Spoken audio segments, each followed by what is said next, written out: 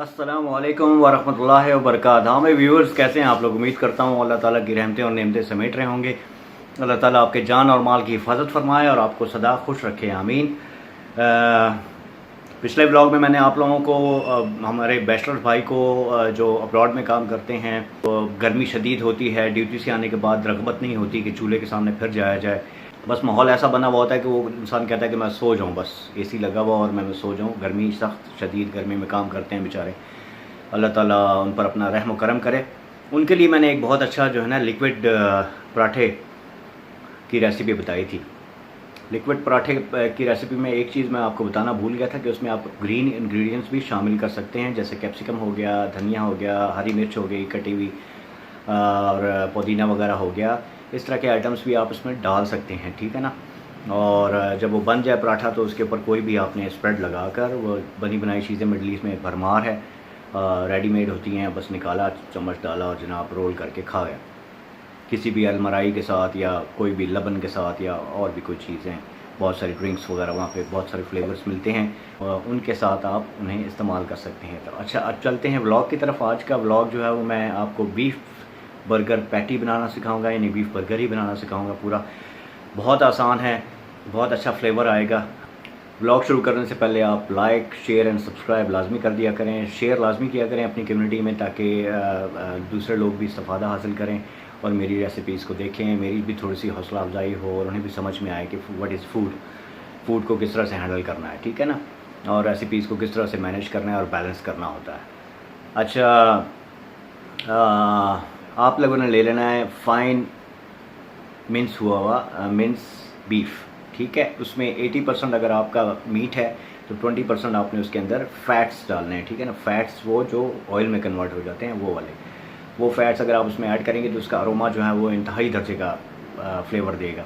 लेकिन अगर आप सिर्फ मीट, बिल्कुल चर्बी बिल्कुल नहीं डालेंगे, सिर्फ मीट डालेंगे, तो वो फ्लेवर जो है आपको सिर्फ मीट ही का देगा, उसमें चर्बी की खुशबू नहीं आएगी, ठीक है ना। तो लिहाजा उसके अंदर 80% मीट होगा और 20% जो है आपने उसके अंदर फ़ैट्स ऐड करने हैं। फ़ैट्स ऐड करने के बाद आपने उसके अंदर एक कॉन्टिनेंटल स्टाइल होता है और एक हमारा पाकिस्तानी स्टाइल होता है। तो कॉन्टिनेंटल में तो सिर्फ नमक जाता है और काली मिर्च आती है, ठीक है। लेकिन हमारा जो पाकिस्तानी स्टाइल है उसमें हमने अदरक लहसुन का एक टीस्पून जो है वो पेस्ट का डालना है, उसमें लाल मिर्च डालनी है, उसमें काली मिर्च डालनी है, पौना टीस्पून, ये सब पौने पौने टीस्पून जाएंगे।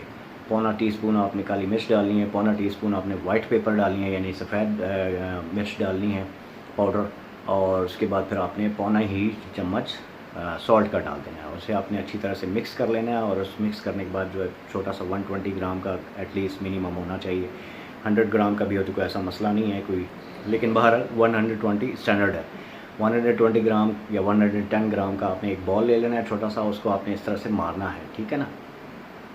मारेंगे तो ये होगा कि वो जो पैटी है ना वो आपकी टूटेगी नहीं, उसके अंदर स्टिकनेस इतनी पैदा हो जाएगी कि वो एक दूसरे को ग्रिप कर लेंगे आपस में, ठीक है। तो 2-4 दफ़ा अगर आप ऐसे इस तरह से मारेंगे उस बॉल को रख के कीमे की, तो वो बहुत अच्छा स्टिक हो जाएगा आपस में, फिर वो तलते वक्त क्रैक नहीं होगा। एक आपने ले लेने हैं, रिंग ले लेना है, कोई भी 4.5 इंच का, 5 इंच का जो है ना वो एक रिंग ले लेना है, ठीक है। बाज़ार से भी बना हुआ मिल जाता है, घर में भी कोई रिंग वगैरह इस्तेमाल कर सकते हैं, कोई ऐसा मसला नहीं है कि अगर आपने उसको सीधा कर लिया है तो उसको ऊपर से डाई से काट सकते हैं, ठीक है। क्योंकि आप डोमेस्टिकली काम कर रहे हैं, कमर्शली काम नहीं कर रहे हैं, घर के अंदर काम कर रहे हैं, तो घर में तो ज़रूरी नहीं कि आप इक्विपमेंट इस्तेमाल करें हाई फाई किस्म का, घर में तो घर वाली चीज़ें इस्तेमाल होती हैं देसी किस्म की। तो ख़वातीन परेशान ना हुआ करें कि जी वो मुझे रिंग ही चाहिए तो मैं रिंग से बनाऊँगी। आप कोई भी कप, कोई भी बाउल, चाय का प्याला जो होता है, जो प्याला फिरनी वगैरह के लिए इस्तेमाल होता है, उसे भी आप उल्टा रख के आप उसका रिंग बना सकती हैं, ठीक है ना। रिंग बनाने के बाद आपने तकरीबन ये जब पकता है ग्रिल पैन के ऊपर लकीरें पड़ी हुई होती हैं, उसे ग्रिल पैन बोला जाता है, ठीक है ना, नॉन स्टिक होता है। वो ग्रिल पैन के ऊपर जब वो पकता है तो वो श्रिंक हो जाता है थोड़ा सा। हमेशा बीफ जो है ना वो थोड़ा सा श्रिंक होता है, सुकड़ता है, सुकड़ना ही तकरीबन आधा इंच सुकड़ जाता है, ठीक है। तो बर्गर बन जो होगा अपना, आपने उससे थोड़ा सा बड़े साइज़ का पैटी बनाना है, आधे इंच बड़ा हो तकरीबन, ताकि वो पूरा बर्गर के साइज़ का बने। तो अच्छा, अब आपने उसको थोड़ी देर के लिए आपने उसको रेफ्रिजरेटर में रखना है, मैरिनेट जब वो हो जाए अच्छी तरह से, तकरीबन आधा घंटा रखना है। आधे घंटे के बाद आपने उसका बॉल बनाकर इस तरह से हीट करना है और उसको बर्गर पेटी बना लेनी है। बर्गर पेटी बनाकर आप चाहें तो उसको फ्रीज़ कर सकती हैं, 10-12 बन जाती हैं। 100 ग्राम है। अगर 100 ग्राम का आप बना रहे हैं तो 1 किलो में तकरीबन 10 पेटियाँ बन जाएंगी आपकी। 120 का बना रहे हैं तो आपकी तकरीबन 9 पेटियाँ बन जाएंगी, ठीक है।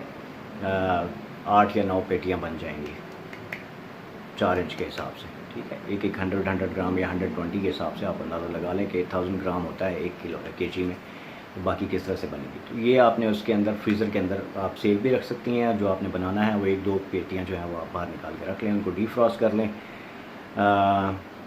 डीफ्रॉस्ट करने का तरीका माइक्रोवेव भी है, लेकिन माइक्रोवेव में वो कुक हो जाता है थोड़ा सा। डीफ्रॉस्ट करने का सबसे बेस्ट तरीका ये होता है कि अगर आपने सुबह बनाने हैं बर्गर, तो शाम को आप उसको रेफ्रिजरेटर में रख दें और सुबह उसको बाहर हवा में कवर करके रख दें जाली के साथ, मतलब कोई जाली वाली चीज़ जो है ना ऊपर उसके डाल दें तो वो सॉफ्ट हो जाएगा, ठीक है ना। तो इसके अलावा कुछ जो तरीके होते हैं, फोर्स्ड थॉ करना किसी चीज़ को, फोर्स लगा के यानी पानी के नीचे रख देना, और ये वो चीज़ ना किया करें। अच्छा, एक और पॉइंट की बात वो मैं आपको बता दूं कि बीफ जब भी आप मार्केट से लेने जाया करें कीमा बनाने के लिए ख़ास तौर पे, तो पूरा लूफ लेकर आया करें और चर्बी थोड़ी सी अलग से ले लिया करें। पूरा लूफ लगाकर आपने उसको वॉश कर लेना है, उसके बाद आपने उसका कीमा बनाना है। 2 दफ़ा आपने उस कीमे की मशीन से आपने उसको गुजारना है, तो उसके बाद आपने उसको पानी के करीब नहीं जाने देना, ठीक है ना। पानी लग गया तो फिर वो ख़राब हो जाता है, लिहाजा पानी के करीब आपने उसको नहीं जाने देना। उसके अंदर जो आपको रेड कलर के क्लॉट्स नज़र आते हैं वो ब्लड नहीं होता, वो उसका अपना जूस होता है, ठीक है। तो परेशान होने की ज़रूरत नहीं है कि जनाब हमने खून वाला जो है ना वो कीमा बना लिया। खून नहीं होता बेसिकली, वो उसके अपना जूस होता है कीमे का, जो फ्लेवर पैदा करता है। अच्छा, ये आपने कर लिया। उसके बाद आपने ये चीज़ें आपने डीफ्रॉस्ट कर ली हैं। अब आपने उसको पैन के ऊपर डाला, ग्रिल पैन के ऊपर आपने तकरीबन मीडियम हाई की तरफ रखना है। आपने फ्लेम को बहुत ज़्यादा हाई नहीं रखना वरना वो जल जाएगा। 2 मिनट्स टू 2.5 मिनट्स यानी 2.5 मिनट्स जो है ना आपने उसको एक साइड से कुक करना है, ठीक है ना। एक तरफ से साइड आपने डाल दी है, ऊपर आपने उसके ऊपर फिर दोबारा से काली मिर्च और नमक जो है ना वो मिल से जो है ना वो ताज़ा होगा तो वो ज़्यादा अच्छा फ्लेवर देगा। अगर पाउडर डालेंगे तो उसका फ्लेवर नहीं आता, जबकि वो अजीब सा जला जला खुश्क सा लगेगा आपको। तो कोशिश किया करें कि कोई भी स्पाइस यूज़ किया करें उसको ताज़ा कूट कर इस्तेमाल किया करें, उसका फ्लेवर बहुत अच्छा आता है। अच्छा, ये हो गया। आपने उसको 2 से 2.5 मिनट तक एक साइड, फिर 2 से 2.5 मिनट एक साइड आपने उसकी कुक करनी है। उसको साइड पर रख लीजिएगा। आ जाइए सॉस की तरफ। सॉस आपको मैं बनाना सिखाता हूँ। सॉस में आपने कुछ भी नहीं करना, आधा कप पानी लेना है, 2 चम्मच जो है वो सिरके के लेने हैं, वो आपने एक पैन में डाल देना है, उसको गर्म कर लेना है। 4 या 5 लाल मिर्चें, दड़ा मिर्चें जिससे बनती हैं, गोल वाली या लंबी वाली जो भी हैं, वो आपने उसके अंदर डाल देनी है। उसको ऊपर से कवर कर देना है 2 मिनट के लिए, 3 मिनट के लिए, ठीक है, हल्की आंच पे। वो पानी पी जाएंगी, ठीक है, पानी पी जाएंगी। उसके बाद आपने उसको इमाम दस्ते में या तो पीस लेना है या फिर उसको छोटे चॉपर में ग्राइंड कर लेना है। ग्राइंड करने के बाद आपने उसके अंदर आधा कप फ्रेश क्रीम का डालना है। थोड़ा सा अगर मस्टर्ड कहीं से मिल जाए तो आपको ऐसा फ्लेवर देगा कि आप सारी ज़िंदगी वो सॉस ही खाते रहेंगे। थोड़ा सा अगर आपको मस्टर्ड मिल जाए तो आपने मस्टर्ड उसके अंदर डाल देना है, ठीक है ना। उसके अंदर आपने एक चीज़ का स्लाइस डालना है फ्राइंग पैन के अंदर और उसको मेल्ट कर लेना है, ठीक है ना। ये तो होगी आपकी सॉस तैयार, ठीक है। अब आप आ जाइए सैलड की तरफ। तो सैलड में जो है वो iceberg one of the most juicy green है, जो कि मोस्टली कमर्शियल रेसिपीज़ में इस्तेमाल होता है, जिसे हम लोग आइसबर्ग बोलते हैं। उर्दू में मुझे उसका नाम नहीं पता, I am sorry for that, लेकिन बहरहाल जिसे हम सलाद पत्ता बोलते हैं, ठीक है ना। तो सलाद पत्ता अमूमन शहरों में ये पाया जाता है, गाँव देहातों में नहीं होता। आइसबर्ग आपने ले लेना है और उसको बारीक चॉप कर लेना है, ठीक है। थोड़े से स्लाइस कर लेने हैं आपने टमाटर, ये आपने कर लिया। बन को आपने उल्टा रख लेना है, ठीक है। बन को आपने उल्टा रख देना है उसी पैन के अंदर, ग्रिल पैन के अंदर, थोड़ा सा बटर लगाकर उसको तल लेना है, ठीक है ना। वो आपने सामने रखा, उसके ऊपर आपने वो जो सॉस आपने बनाई थी वो आपने सॉस जो है उसके ऊपर स्प्रेड कर देनी है, ठीक हो गया। अच्छा, अब आपने जो प्याज काट के रखे थे ना उनको कैरामलाइज़ करना है। आपने कैरामलाइज़ कैसे करेंगे, उसी ग्रिल पैन के ऊपर या दूसरे पैन के ऊपर आपने उसको डालना है, प्याज़ों को डालना है। और तकरीबन 1 टीस्पून आपने एक दरमियाने साइज़ का प्याज आपने चॉप किया हुआ है, ठीक है ना। अब जो स्लाइस आपको पसंद हो, जो स्टाइल आपको पसंद हो, उस हिसाब से आपने उसको काटना है और आपने उसको थोड़ा सा बटर डालकर फ्राई कर लेना। फ्राई करने के दौरान ही आपने काली मिर्च उस पर छिड़कनी है और ब्राउन शुगर जिसे हम गुड़ कहते हैं, वो आपने 1 टीस्पून उसमें वो डाल देना। तो वो थोड़ी देर आप पकाएंगे तो वो कैरामलाइज़ हो जाएंगे, ठीक है ना। अब आपने असम्बलिंग की तरफ आना है। असम्बलिंग में आपने सॉस लगा ली है बर्गर के ऊपर, ठीक है ना। उसके ऊपर आपने पैटी रखी, उसके ऊपर आपने वो सॉस दोबारा डाली, ठीक है ना। मायोनीज़ चाहिए मायोनीज़ डाल दें, हॉट सॉस चाहिए हॉट सॉस डाल दें, चिली गार्लिक चाहिए आपको चिली गार्लिक डाल दें उसके ऊपर। उसके बाद आपने उसके ऊपर सलाद पत्ता डाल लेना है, यानी कि आइसबर्ग डाल देना। आइसबर्ग डालने के बाद आप उसके ऊपर 2-3 स्लाइस जो हैं वो टमाटर के रखें, और वो जो कैरामलाइज आपने किया था अनियन आपने वो ऊपर रख के उसको क्राउन से, ऊपर वाले हिस्से को क्राउन बोला जाता है, वो क्राउन से उसको हल्का सा दबाना है, बहुत ज़्यादा नहीं दबा देना है कि साइड से चीज़ें ही बाहर निकल आएँ। हल्का सा दबा के उसके ऊपर एक लंबा सा टूथपिक लगा के उसके ऊपर एक ऑलिव का पीस रख देना है, ठीक है ना, उसी टूथपिक के अंदर स्क्वीज़ कर देना इसको। ये हो गया जनाब आपका बर्गर तैयार, ठीक है। इतना ज़्यादा टाइम नहीं लगता, टाइम कुकिंग में इतना नहीं लगता जितना कि प्रेप में लगता है, ठीक है ना। प्रेप में ज़्यादा आपको चीज़ें कलेक्ट करनी होती हैं, आगे पीछे ये वो समझा, उसकी चॉपिंग करनी होती है, उसको प्रेप करके रखना होता है।